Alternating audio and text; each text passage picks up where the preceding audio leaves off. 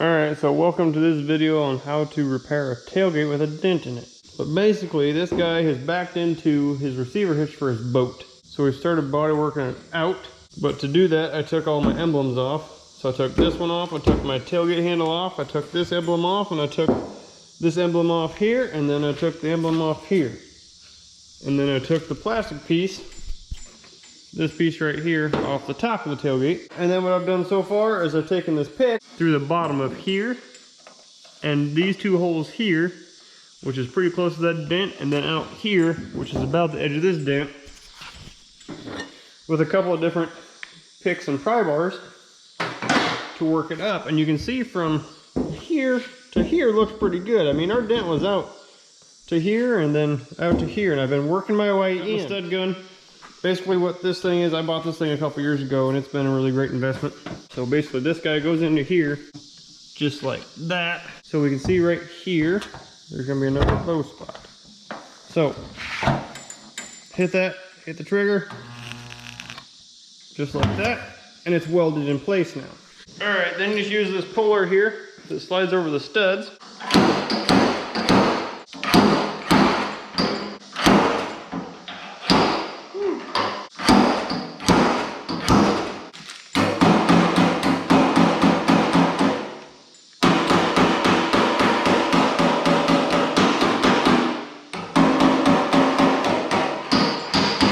There we go. Now you can see that dent's all gone out of there. Pretty much. I still feel one low spot right over here, but filler where they pop right up. And there's what's left. There's no hole or nothing. Don't reuse them. They're cheap. I'll get that dent. We'll come back. We'll see it for filler. So I went ahead and threw my filler. This is just a rough coat. You'll sand off probably 95% of this, but you can see I didn't go past my paint.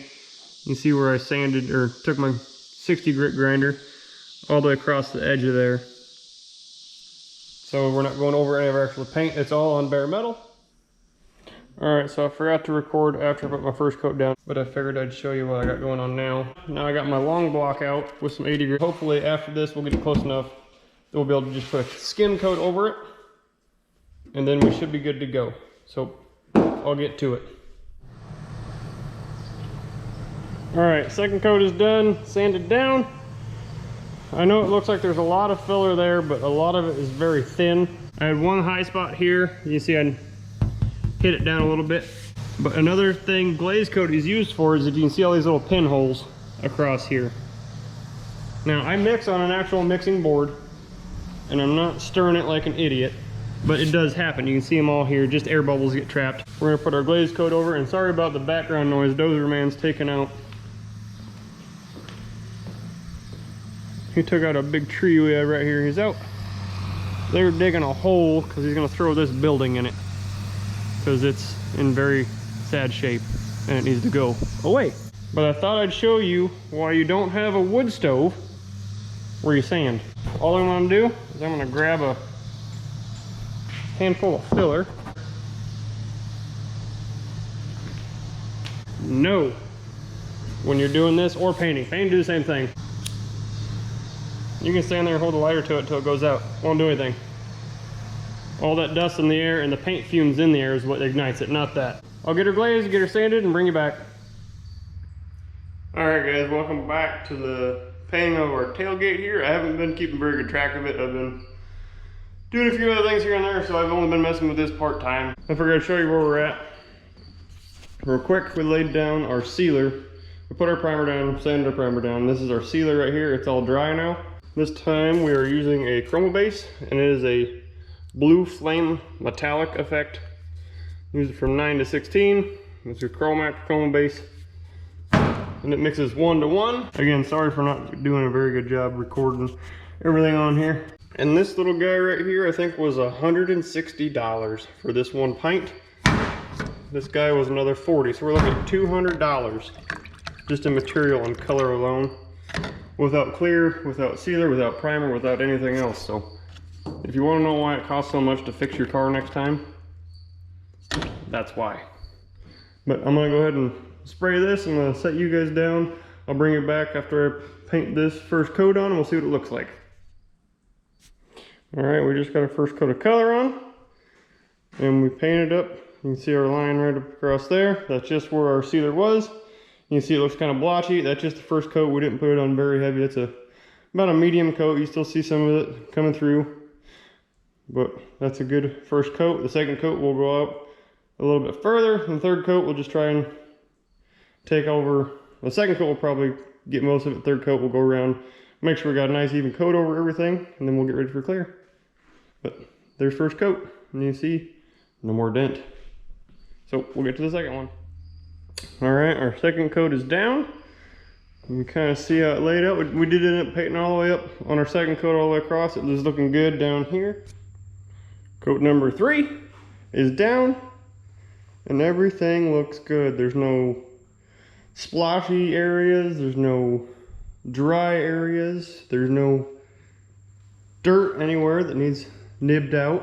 I think I seen one little spot I'm not worried about. It was somewhere over here, so right there.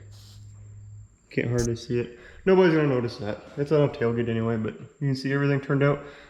If we run down across here, you'll see that there is no sign of a dent. Again, our dent went from about here down to about here. And if you catch that light, you can't see any wave or anything in there. So we got it. We got a nice even coat on everything. So now let's make it shiny. I'll mix up some clear and we'll get to painting clear on there, and I'm not going to show you coats between clear because it's just going to be shiny. All right, clear is done. Got a little dirt in it. I don't know if we can catch that one. There's one right there, and there's another little one right there. But I really like how this stuff lays down. It lays down nice and flat if you put it on heavy. Everything's nice and straight and right, and I'm gonna let this, oh, there's a big old chunk of dirt right there. Well, it's not big, but you get the idea. And I'm gonna give it about 5 minutes. I'm gonna pull this tape off to let that clear melt down across the edges of that so there's not a big hard line. All right guys, welcome back. Next day, I buffed the hood up. All I did, it come out really clean. Everything laid down really nice. All I did was take 2000 and nib off the top of everything, mostly just getting the dirt out. And here it is, finished product.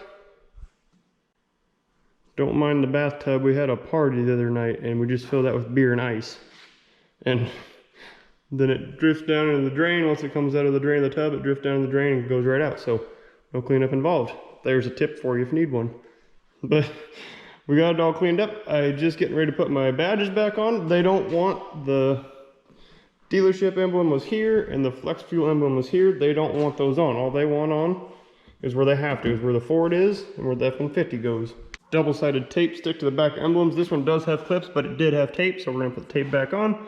This one didn't have clips. All it had was foam tape, so we're gonna put our foam tape back on, stick them on there, and then we'll put I'll clean up the handle. The handle's pretty dirty. We'll clean up the handle, and then put our top piece back on, and this one can go down the road. We'll get this finished up, and I'll show you the finished product when we're done. Alrighty, we got her all cleaned up. All our badges are on, our tailgate's on. We got our top piece on, our back cover on.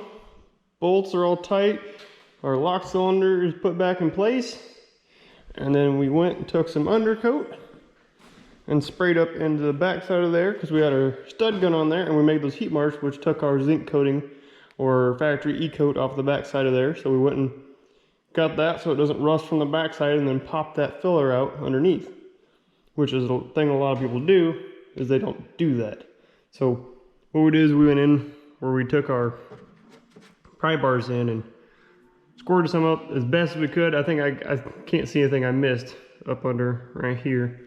So we got all that done. Customer's gonna come pick it up tomorrow. We cleaned up our badges best we could, cleaned up our handle best we could. So I think they're gonna be happy with it. I just figured I'd show you that real quick before they come and took it. And now I'm gonna go drink. So that's where this one's gonna end. See you on the next one.